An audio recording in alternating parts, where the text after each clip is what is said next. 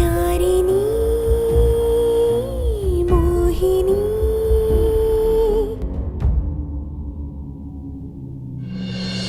ಇನ್ exactly 30 ದಿನದಲ್ಲಿ ನಂದು ಮುತ್ತು ಮಾವನ್ ಮದ್ವೆ ನಡೆಯುತ್ತೆ. ಇಡೀ ಊರೇ ಬಂದು ಅಕ್ಷತೆ ಹಾಕ್ತಾರೆ. ನಿನಗೂ ಊಟ ಮಾಡ್ಬೇಕು ಅನ್ಸಿದ್ರೆ ನಿನ್ ಮಾಮೂಲಿ ಕಾಗೆ ರೂಪದಲ್ಲಿ ಬಂದು ಊಟ ಮಾಡ್ಕೊಂಡು ಹೋಗು.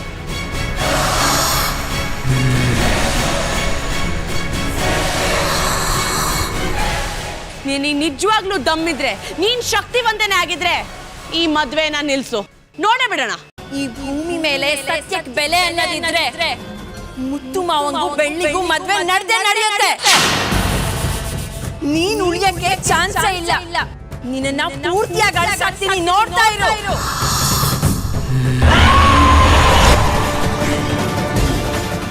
ಏಯ್ ಏ ಚಿತ್ರ, ಮಾವ ಕಾಫಿ ತಗೊಳ್ಳಿ. ಹೌದು, ಬೆಳ್ಳಿಯಲ್ಲಿ ಕಾಣಿಸ್ತಾನೆ ಇಲ್ಲ. ಮಾವ ಅವಳು ಬೆಳಿಗ್ಗೆನೆ ಹೋದ್ಲಲ್ವಾ? ಇನ್ಮೇಲೆ ಅವಳೇ ಕೇಳಿದ್ರು ಆ ಟೈಮಲ್ಲಿ ಮಿಲ್ಲುಗಳನ್ನ ಕಳಿಸ್ಬೇಡ.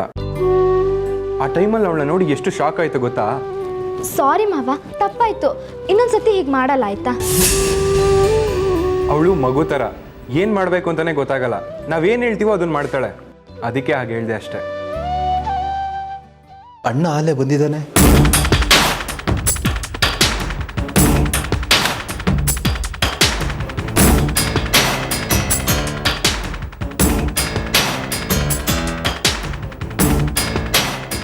ಅಣ್ಣ, ನೀವು ಯಾವಾಗ ಬಂದ್ರಿ? ಅದಾ, ನಿನ್ನೆ ರಾತ್ರಿ ಊಟ ಮಾಡಿದ್ಮೇಲೆ ನಿದ್ದೆ ತಡೆಯೋಕ್ಕೆ ಆಗಲಿಲ್ಲ ಕಣೋ, ಅದಕ್ಕೆ ಬಂದ್ಬಿಟ್ಟೆ.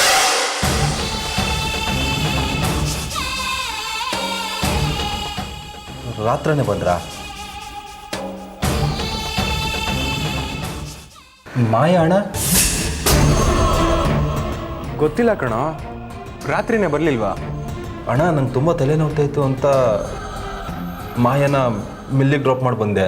ಪಾಪ ಅವಳ ಹತ್ರ ಯಾವ ಗಾಡಿನೂ ಇರಲಿಲ್ಲ.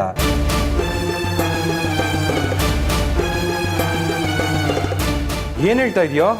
ನಿಜ ಅಣ್ಣ. ನಾನು ನೋಡಿದಾಗ ಅವಳು ಮಿಲ್ಲಲ್ಲಿ ಇರಲಿಲ್ಲ ಕಣೋ. ಅವಳು ನಿಮ್ಮ ಜೊತೆನೇ ಬರ್ತೀನಿ ಅಂತ ಹೇಳಿದ್ಲು. ಮನೇಲೂ ಇಲ್ಲ ಅಂದರೆ ಇನ್ನೆಲ್ಲಿ ಹೋಗಿರ್ತಾಳಣ್ಣ? ಹಾಗಾದ್ರೆ ಮಾಯಾ, ನಡಿ ಮಿಲ್ಲಲ್ಲಿ ಹುಡ್ಕೋಣ. ಅಲ್ಲಿಲ್ಲ ಅಂದ್ರೆ ಬೇರೆ ಕಡೆ ಹುಡ್ಕೋಣ, ನಡಿ. ಇಷ್ಟೊತ್ತಾದ್ರೂ ಮಾಯಾ ಮನೆಗೆ ಬಂದಿಲ್ಲ ಅಂದ್ರೆ ಚಿತ್ರಕ್ಕ ಸರಿಯಾಗಿ ಪಾಠನೇ ಕಲ್ಸಿರ್ತಾರೆ. ಮಾಯಾ, ಯಾರಿಗೂ ಗೊತ್ತಿಲ್ದಿರೋ ಹಾಗೆ ನಾಟಕ ಮಾಡ್ತಿದ್ಯಾ ಅಲ್ವಾ? ನಿನ್ನ ನಾಟಕಕ್ಕೆ ತೆರೆ ಎಳಕ್ಕಂತಾನೆ ಚಿತ್ರಕ್ಕ ಇರೋದು. ಪಾಪ ಮಾಯಾ, ಕಣ್ ಬಿಡಕ್ಕಾಗ್ದೆ ಅದೆಲ್ಲಿ ಬಿದ್ದಿರ್ತಾಳೋ ಏನೋ. ದೇವ್ರೆ, ಅವಳ ಆತ್ಮಕ್ಕೆ ಶಾಂತಿ ಸಿಗೋ ಹಾಗೆ ಮಾಡು. ಮಾಯಾ, ನಿನ್ನ ಫೋಟೋಗೆ ಒಂದು ಒಳ್ಳೆ ಹಾರನೇ ಹಾಕ್ಸ್ತೀನಿ ಬಿಡು. You don't worry.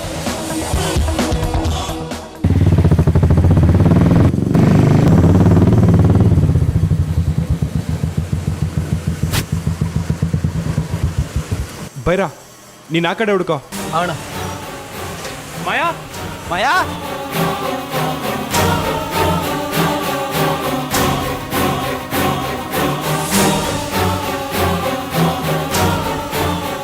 ಮಾಯಾ, ಮಾಯಾ, ಮಾಯಾ, ಮಾಯಾ.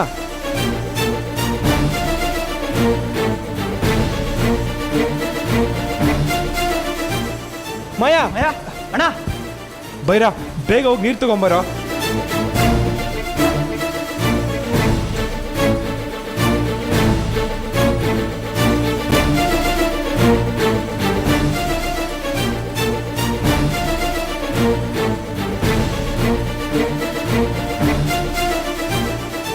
ಮಾಯಾ, ಮಾವ. ಮಾಯಾ, ಎಷ್ಟು ಭಯ ಆಗಿತ್ತು ಗೊತ್ತಾ? ಸದ್ಯ ನೀನು ಹುಷಾರಾಗಿದ್ಯಲ್ಲ. ನೀನೇನು ಮಾಡ್ತಿದ್ಯಾ? ಇಲ್ಲ್ಯಾಕೆ ಮಲ್ಕೊಂಡಿದ್ದೆ? ನಿನ್ನೆ ನಿಮಗೆ ಊಟಕ್ಕೆ ಬಡಿಸ್ಬೇಕಾದ್ರೆ ನೀವು ನಿದ್ದೆಗೆ ಹೊಟ್ಟೋದ್ರಿ ಮಾವ. ಹಾಂ, ನೆನಪಿದೆ. ಆಮೇಲೆ ಅದು ನೀವು ಚೇರ್ ಮೇಲೆ ಮಲಗಿರೋದು ನನ್ನ ಕೈಲಿ ನೋಡೋಕ್ಕಾಗಲಿಲ್ಲ ಮಾವ. ಅದಕ್ಕೆ ಆಫೀಸಲ್ಲಿ ಏನಾದರೂ ಬೆಡ್ ಇದೆಯಾ ಅಂತ ಹುಡ್ಕಕ್ಕೆ ಹೋದೆ. ಅದು ಹೇಗೋ ಮಿಸ್ ಆಗಿ ಅಕ್ಕಿ ಮೂಟೆ ಒಂದು ನನ್ನ ತಲೆ ಮೇಲೆ ಬಿದ್ದುಬಿಡ್ತು.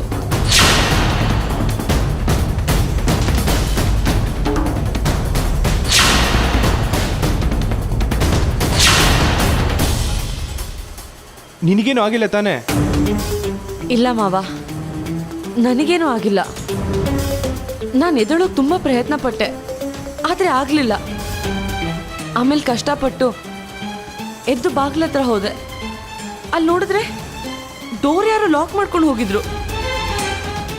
ಆಮೇಲೆ ಏನಾಯ್ತೋ ನನಗೆ ಯಾವಾಗ ಪ್ರಜ್ಞೆ ತಪ್ಪಿತು ಅಂತಾನೆ ಗೊತ್ತಿಲ್ಲ ಮಾವ. ನೋಡಿದ್ರೆ ಇಲ್ಲಿ ಬಂದು ಬಿದ್ದಿದ್ದೀನಿ. ಇವಾಗ ನೀವು ಬಂದಮೇಲೆ ನನಗೆ ಎಚ್ಚರ ಆಗಿರೋದು. ನಿನ್ನೆ ನನಗೇನಾಯಿತು ಅಂತಲೇ ನೆನಪಿಲ್ಲ. ಊಟ ಮಾಡಿದ್ಮೇಲೆ ಹಾಗೆ ಟೇಬಲ್ ಮೇಲೆ ಮಲಗಿಬಿಟ್ಟಿದ್ದೀನಿ. ಬೆಳ್ಳಿ ಬಂದು ಟೀ ಕೊಟ್ಟು ಎಚ್ಚರ ಮಾಡಿದ್ಲು.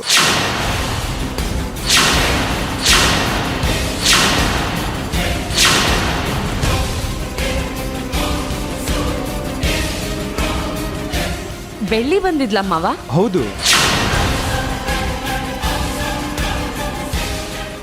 ಬೆಳ್ಳಿ ಹೇಗೆ ಅಷ್ಟೊತ್ತಿನಲ್ಲಿ ಟೀ ತಗೊಂಬಂದಿದ್ಲು? ಗೊತ್ತಿಲ್ಲ ಮಾಯಾ, ಮೋಸ್ಟ್ಲಿ ರಾತ್ರಿಯೆಲ್ಲ ಕೆಲಸ ಮಾಡ್ತಿರ್ತೀನಿ ಅಂತ ಟೀ ತೊಗೊಂಬದ್ಲು ಅನ್ಸುತ್ತೆ. ನಾನು ಎಲ್ಲಿ ಎದುರು ಹುಡ್ಕೊಂಡು ಬಂದ್ಬಿಡ್ತಾಳೆ. ಒಂಥರ ಹುಚ್ಚಧೈರ್ಯ ಅವಳಿಗೆ. ಬೆಳ್ಳಿ ಬಂದು ಟೀ ಕೊಟ್ಟಿರ್ಲಿಲ್ಲ ಅಂದಿದ್ರೆ ಮೋಸ್ಟ್ಲಿ ಬೆಳಗ್ಗೆನೇ ನನಗೂ ಎಚ್ಚರ ಆಗ್ತಿದ್ದಿದ್ದು ಅನ್ಸುತ್ತೆ. ಅಷ್ಟೆಲ್ಲ ಆದರೂ ನಾನು ನಿದ್ದೆನೇ ಕಂಟ್ರೋಲ್ ಮಾಡೋಕ್ಕಾಗಲಿಲ್ಲ. ನಾನು ಸುತ್ತಲೂ ನೋಡಿದೆ, ನೀನು ಇರಲಿಲ್ಲ. ಅದಕ್ಕೆ ನಾನು ಬೆಳ್ಳಿ ಮನೆಗೆ ಹೋದ್ವಿ. ಸರಿ, ಈಗ ಆಗಿರೋದ್ರ ಬಗ್ಗೆ ಯೋಚನೆ ಮಾಡಿ ಪ್ರಯೋಜನ ಇಲ್ಲ. ಮೊದಲು ಮನೆಗೆ ಹೋಗೋಣ ನಡಿ. ಸರಿ ಮಾವ.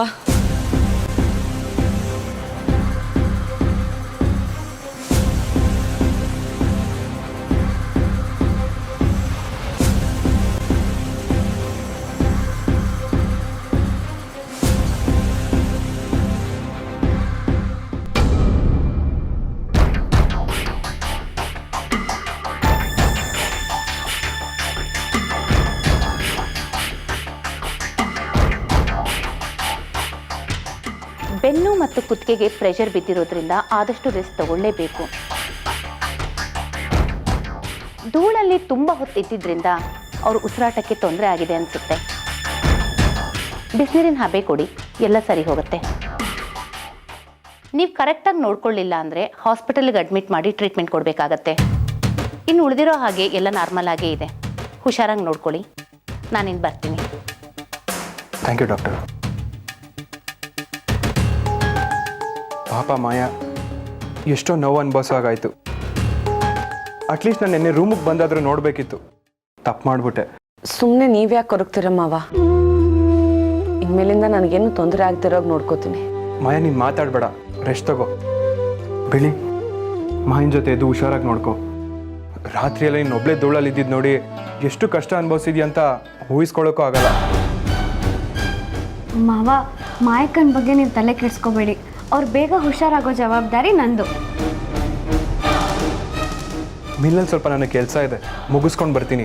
ನಿಂಗೇನಾದರೂ ಇದ್ರೆ ಕಾಲ್ ಮಾಡು, ಸರಿನಾ? ಸರಿ ಮಾವ. ಬೆಳ್ಳಿ, ಹುಷಾರಾಗಿ ನೋಡ್ಕೊ. ಸರಿ ಮಾವ. ಬರ್ತೀನಿ ಮಾಯಾ.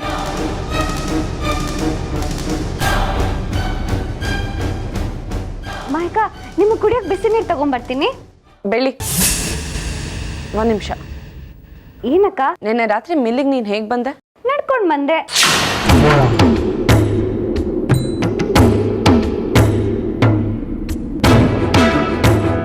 ನಾನು ಕೇಳಿದ್ದು ನೀನೇ ಬಂದ್ಯಾ, ಇಲ್ಲ ನಿನಗೆ ಅಲ್ಲಿಗೆ ಹೋಗು ಅಂತ ಯಾರಾದರೂ ಕಳಿಸ್ಕೊಟ್ರಾ ಬೆಳ್ಳಿ?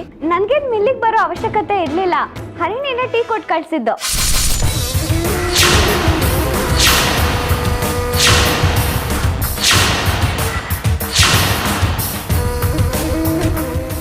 ಮುತ್ತು ಮಾವ ಮಿಲ್ಲಲ್ಲಿ ತುಂಬ ಕೆಲಸ ಮಾಡಿ ರಾತ್ರಿ ಎಲ್ಲ ನಿದ್ದೆ ಇಲ್ಲದೆ ಇರ್ತಾರೆ. ಹೋಗಿ ಅವ್ರಿಗೆ ಟೀ ತಗೊಂಡೋಗಿ ಕೊಡು ಅಂತ ಹೇಳಿದ್ಲು. ಓ ಹೌದಾ? ಅಷ್ಟೇ ಅಲ್ಲ ಮಾಯಕ್ಕ, ಮುತ್ತು ಮಾವ ಟೀ ಕುಡಿದ್ಮೇಲೆ ತುಂಬ ನಿದ್ದೆ ಮಾಡ್ತಿದ್ರು. ಅದಕ್ಕೆ ಅವ್ರನ್ನ ಮನೆಗೆ ಕರ್ಕೊಂಡು ಬಂದ್ಬಿಟ್ಟೆ. ತುಂಬ ಒಳ್ಳೆ ಕೆಲಸ ಮಾಡಿದೆ ಬೆಳ್ಳಿ. ಅದಕ್ಕೆ ನೀನಂದರೆ ನನಗೆ ತುಂಬ ಇಷ್ಟ. ಮುತ್ತು ಮಾವಂಗೆ ಯಾರಾದರೂ ಕೇರ್ ತಗೋತಾರಂದ್ರೆ ಅದು ನೀನೊಬ್ಳೆ. ಸರಿ, ನನ್ನೊಂದು ಕೆಲಸ ಮಾಡ್ತೀಯಾ? ಏನಕ್ಕ, ನಿಮಗೂ ಟೀ ಬೇಕಾ? ಇಲ್ಲ ಇಲ್ಲ ಇಲ್ಲ, ಹರಿಣಿನ ಸ್ವಲ್ಪ ಇಲ್ಲಿ ಕಳಿಸ್ಕೊಡ್ತೀಯಾ? ನಾನು ಕರೆದೆ ಅಂತ ಹೇಳು ಅವಳಿಗೆ. ಸರಿ ಮಾಯಕ್ಕ, ಕರಿತೀನಿ.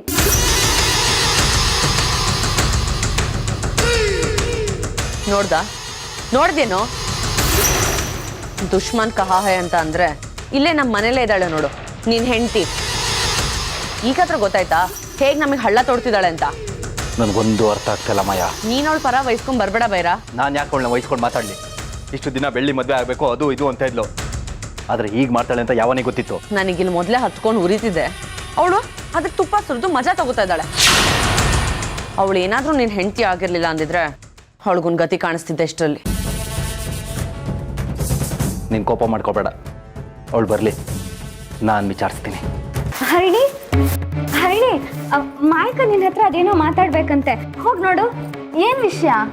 ಅದೇ ನಿನ್ನೆ ಟೀ ಕೊಡಕ್ ಹೇಳಿದ್ ಯಾರು ಅಂತ ಕೇಳಿದ್ರು, ನಾನು ನೀನೆ ಅಂತ ಹೇಳ್ದ ಹೇಳೇ ಬಿಟ್ಯಾ? ನಿಂಗೆ ಯಾವ್ದಾದ್ರು ವಿಷಯನ ಸೀಕ್ರೆಟ್ ಆಗಿ ಇಟ್ಕೋಬೇಕು ಅಂತಂದ್ರೆ ಅದನ್ನ ತುಂಬಾ ಜೋಪಾನವಾಗಿ ಕಾಪಾಡ್ತೀಯ ಅಲ್ವಾ? ಹ್ಞೂ, ಎಲ್ಲರೂ ನನಗೆ ಅದನ್ನೇ ಹೇಳ್ತಾರೆ ಹರಿಣಿ. ಹೌದು, ಅದ್ಯಾವುದು ಸೀಕ್ರೆಟ್ ವಿಷಯ ನನ್ಗೆ ಹೇಳಲಿಲ್ಲ ನೀನು. ಹಾ, ನಾಳೆ ನ್ಯೂಸಲ್ಲಿ ಬರುತ್ತೆ ನೋಡು, ಆಯ್ತಾ? ನಾನು ನ್ಯೂಸ್ ಎಲ್ಲ ನೋಡಲ್ಲ ಹರಿಣಿ. ಯೋ ಬೆಳ್ಳಿ ದಕ್ಷಿಕಮಣಿ, ಯಾಕೆ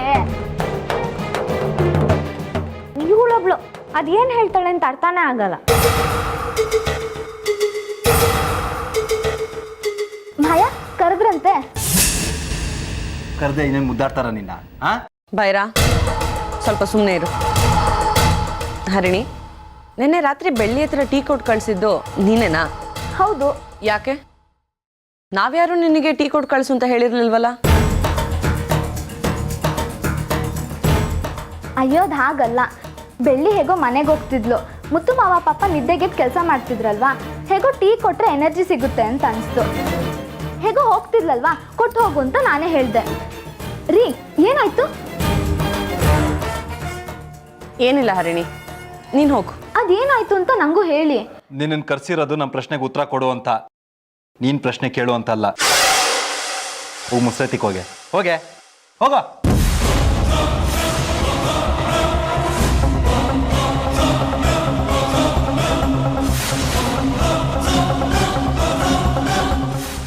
ಎಂತ ಚಾನ್ಸ್ ಮಿಸ್ ಆಯ್ತು. ಎಲ್ಲ ನಾವು ಏನ್ ಭೈರಾ, ನಾವ್ ಅನ್ಕೊಂಡಂಗೆ ಏನು ನಡೀತಿಲ್ಲ ಅಂತ ಹೇಳ್ತಿದ್ಯಾ? ಹೌದು, ಮತ್ತೆ ನಿನ್ನ ನೋಡಿದ್ರೆ ಈ ಪರಿಸ್ಥಿತಿಗೆ ತಂದು ಮಲಗಿಸ್ಯಾರೆ. ನಾನಿನ್ನೂ ಅಷ್ಟೊಂದು ವೀಕ್ ಆಗಿಲ್ಲ ಭೈರಾ, ಇನ್ನೂ ತುಂಬಾ ಶಕ್ತಿ ಇದೆ. ಇಷ್ಟೆಲ್ಲ ಮಾಡಿದವ್ರನ್ನ ಸುಮ್ಮನೆ ಬಿಡ್ತೀನಿ ಅನ್ಕೊಂಡಿದ್ಯಾ? ಇದಕ್ಕೆ ಯಾರನ್ನ ಕಾರಣ ಮಾಡೋಕ್ಕಾಗತ್ತೆ? ಎಲ್ಲ ಮಿಸ್ ಆಗಿ ನಡೆದಿರೋದಲ್ವಾ ಮಾಯಾ? ನಿನಗೆ ಹಾಗೆ ಅನಿಸ್ತಿದೆ, ಆದ್ರೆ ಇದಕ್ಕೆಲ್ಲ ಒಂದು ಮುಖ್ಯ ಕಾರಣ ಇದ್ದಾರೆ. ಯಾರದು? ನಿನ್ ಮೊದಲನೇ ಅತ್ತಿಗೆ ಚಿತ್ರ.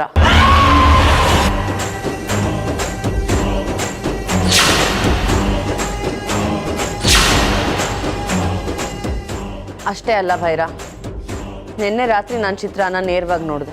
ಮಾಯಾ, ಏನು ಹೇಳ್ತಿದ್ಯಾ ನೀನು? ನೀನು ಚಿತ್ರ ನೋಡ್ದ? ಹೌದು. ಭಯ ಆಗ್ಲಿಲ್ವಾ ನಿನ್ಗೆ ಅವಳನ್ನ ನೋಡಿ? ಅವಳು ಮುಂದೆ ನಿಂತ್ಕೊಂಡು ಚಾಲೆಂಜ್ ಮಾಡಿ ಬಂದಿರೋಳಿಗೆ ಭಯ ಆಯ್ತಾ ಅಂತ ಕೇಳ್ತಿದ್ಯಾ ಭೈರಾ? ಚಾಲೆಂಜಾ? ಏನ್ ಚಾಲೆಂಜು? ಏನ್ ಚಾಲೆಂಜು? ನಿನ್ನೆ ನಾನು ಮಿಲ್ಲಲ್ಲಿದ್ದಾಗ ಮೂಟೆಗಳೆಲ್ಲ ನನ್ನ ಮೇಲೆ ಬಿದ್ದಿತ್ತು, ಆದ್ರೂ ನಾನು ಹೆದರ್ಲಿಲ್ಲ. ನಾನು ಸತ್ತೇ ಹೋಗ್ತೀನಿ ಅನ್ನೋಷ್ಟು ಲೆವೆಲ್ಗೆ ಚೀಲದಲ್ಲಿ ಸಿಗಾಕೊಂಡಿದ್ದೆ. ನಾನು ಕೇರ್ ಮಾಡಲಿಲ್ಲ. ಇನ್ನು 30 ದಿನದಲ್ಲಿ ನಂದು ಮುತ್ತು ಮಾವನ ಮದುವೆ ನಡೆಯುತ್ತೆ, ನಿನ್ನ ಕೈಲಾದ್ರೆ ಅದನ್ನ ನಿಲ್ಸು ಅಂತ ಚಾಲೆಂಜ್ ಮಾಡಿ ಬಂದಿದ್ದೀನಿ. ಆದರೆ ಅವಳು ಏನು ಕಡಿಮೆ ಇಲ್ಲ, ಮುತ್ತು ಮಾವನಿಗೂ ಬೆಳ್ಳಿಗೂ ಮದುವೆ ಮಾಡಿಸ್ತೀನಿ ಅಂತ ನನ್ನ ಹತ್ರ ಚಾಲೆಂಜ್ ಮಾಡಿದ್ದಾಳೆ. ಈಗ ನಾವು ಸುಮ್ಮನೆ ಕೈ ಕಟ್ಕೊಂಡು ಕೂರೋಕ್ಕಾಗಲ್ಲ ಭೈರಾ.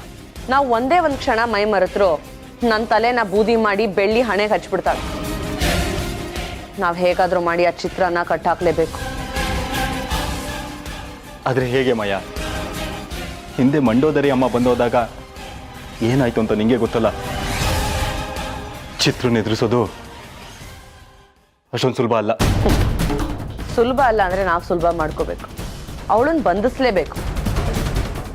ದಾರಿಲಿ ಒಂದು ಸಣ್ಣ ಮುಳ್ಳಿದೆ ಅಂತ ಆ ದಾರಿನೇ ಬಿಟ್ಬಿಡಕ್ಕಾಗತ್ತಾ? ಆ ಮುಳ್ಳನ್ನು ತೆಗೆದು ಕಿತ್ತೆಸ್ದು ಆಮೇಲೆ ನಾವು ರಾಜಾರೋಷವಾಗಿ ಅಲ್ಲಿ ಮೆರಿಬೇಕು. ಏನಂತ್ಯ? ಮಾವ ಈಗಾಗಲೇ ತುಂಬ ಜನ ಮಂತ್ರವಾದಿಗಳನ್ನ ಹುಡುಕ್ತಾ ಇದ್ರು. ಅವ್ರನ್ನ ಕೇಳಿದ್ರೆ ಸುಲಭ ಆಗ್ಬೋದು. ನಾನೇ ಈಗ ಅಪ್ಪಂಗೆ ಫೋನ್ ಮಾಡ್ಬೇಕಂತಿದ್ದೆ. 1 ನಿಮಿಷ ಇರು.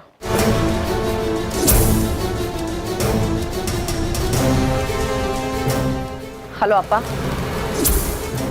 ನನಗೊಂದು ಪವರ್ಫುಲ್ ಆಗಿರೋ ಮಂತ್ರವಾದಿ ಹುಡುಕ್ಬೇಕು. ನೀವು ಬೇಗ ಹುಡುಕಿ ನನಗೆ ಕಾಲ್ ಮಾಡಿ, ಸರಿನಾ?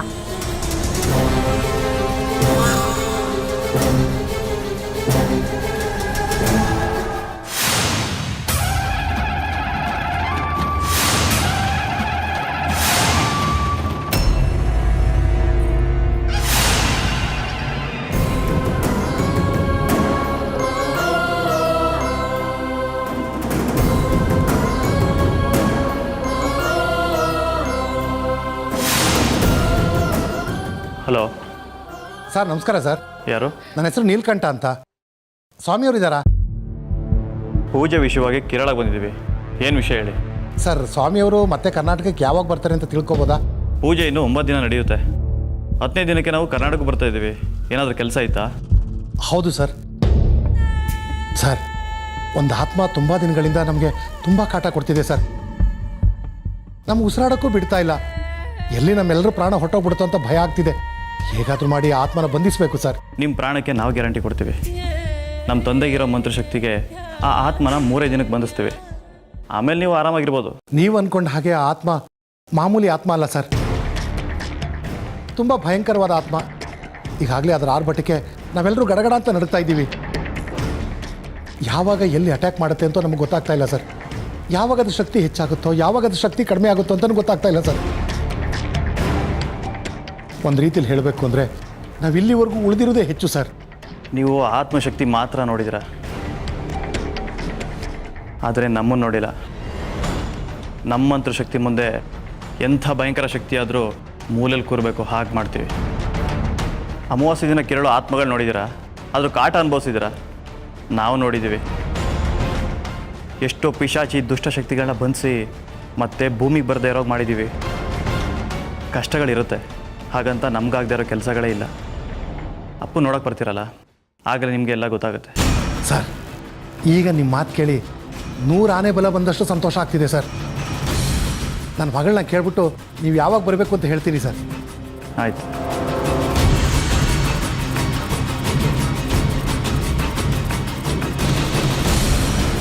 ಮಗಳೇ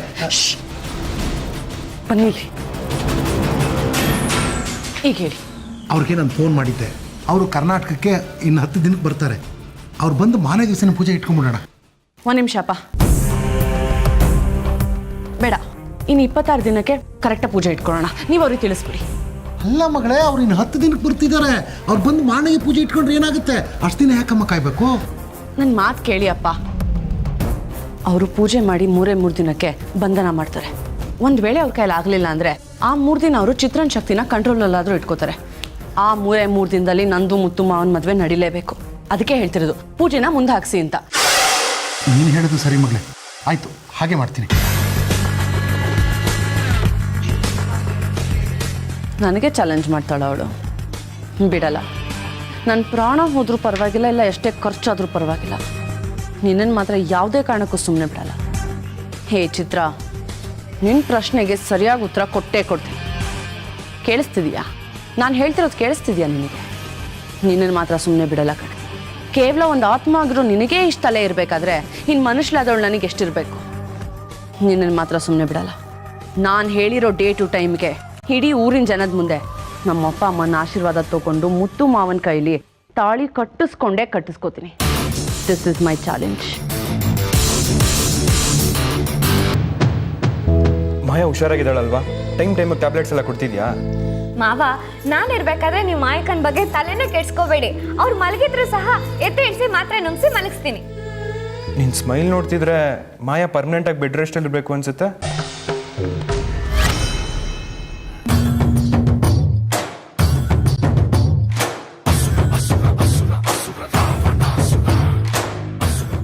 ಮಾವ, ನೀವು ಹೇಳೋ ಹಾಗೆ ಆಗಿದ್ರೆ ಮಾಯಕ ಹೀಗೆ ಆರಾಮಾಗಿ ನಡ್ಕೊಂಡೇ ಬರ್ತಿರ್ಲಿಲ್ಲ. ನೋಡಿ ಎಷ್ಟು ಚೆನ್ನಾಗಿ ಬರ್ತಿದ್ದಾರೆ. ಮಾವ, ಇದನ್ನ ತಗೊಳ್ಳಿ. ಏನು ಮಾಯಾ ಇದು? ನೀವು ತಗೊಳ್ಳಿ ಮಾವ, ತಗೊಳ್ಳಿ.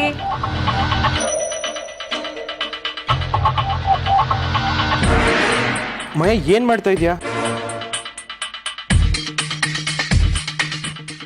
ಮಾವ, ನಾನು ನಿಮ್ಮ ಕಾಲಿಗೆ ಬಿದ್ದಿದ್ದೀನಿ. ನೀವು ನೋಡಿದ್ರೆ ಪ್ರಶ್ನೆ ಕೇಳ್ತಾ ಇದ್ದೀರಾ. ಮನ್ಸಾರೆ ಆಶೀರ್ವಾದ ಮಾಡಿ ಮಾವ. ಏನು ವಿಷಯ ಅಂತ ಹೇಳ್ದೆ ಹೇಗೆ ಆಶೀರ್ವಾದ ಮಾಡಲಿ? ಸರಿ, 100 ಕಾಲ ಚೆನ್ನಾಗಿರು. ಈಗ ಮೇಲೆ ಎದ್ದೇಳು ಮಾಯಾ, ಎದ್ದೇಳು. ಸರಿ ಮಾವ, ಈಗ ತಾಂಬೂಲ ವಾಪಸ್ ಕೊಡಿ. ಕೊಡಿ ಮಾವ. ಏನು ಮಾಡ್ತಿದ್ಯಾ ಮಾಯಾ? ತಾಂಬೂಲ ಕೊಡ್ತೀಯ, ಆಶೀರ್ವಾದ ತಗೊಳ್ತೀಯ, ಏನೂ ಒಂದು ಅರ್ಥ ಆಗ್ತಿಲ್ವಲ್ಲ. ನೋಡು ಎಲ್ಲರೂ ಹೇಗೆ ಸರ್ಪ್ರೈಸ್ ಆಗಿದ್ದಾರೆ ಅಂತ. ಏನು ವಿಷಯ ಅಂತ ಹೇಳಿದ್ರೆ ತಾನೇ ಅರ್ಥ ಆಗೋದು. ಹೇಳ್ತೀನಿ ಮಾವ. ಈಗಲೇ ಎಲ್ಲ ಹೇಳ್ಬಿಟ್ರೆ ಸಸ್ಪೆನ್ಸಾಗಿ ಏನೂ ಉಳಿಯಲ್ಲ. ಒಂದು ಸ್ವಲ್ಪ ಹೊತ್ತು ವೆಯ್ಟ್ ಮಾಡಿ, ನಿಮಗೆ ಎಲ್ಲ ವಿಷಯ ಗೊತ್ತಾಗತ್ತೆ. ಅಕ್ಕ, ಏನೋ ದೊಡ್ಡ ವಿಷಯನ ಹೇಳೋ ಹಾಗಿದ್ದೀರಾ? ಕರೆಕ್ಟ್ ಬೆಳ್ಳಿ, ನೀನು ಹೇಳ್ತಿರೋದು ಪರ್ಫೆಕ್ಟ್ ಆಗಿದೆ. ಇನ್ನೊಂದು 4-5 ಮಿನಿಟ್ಸ್ ವೆಯ್ಟ್ ಮಾಡಿದ್ರೆ ಏನು ವಿಷಯ ಅಂತ ನಿನಗೆ ಗೊತ್ತಾಗುತ್ತೆ. So just wait for 5 minutes, ನಾನು ವಾಪಸ್ ಬರ್ತೀನಿ.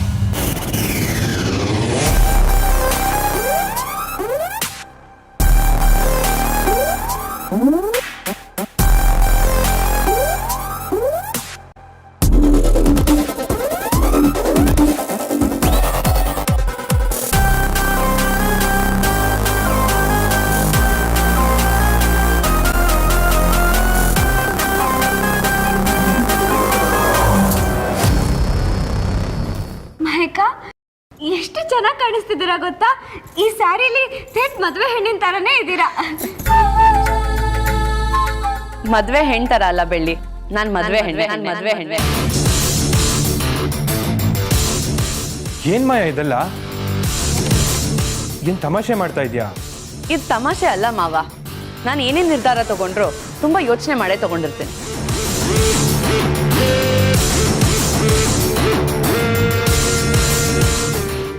ಇವತ್ತು ದೇವಸ್ಥಾನದಲ್ಲಿ ನನ್ನ ಮದ್ವೆ ಮಾವ.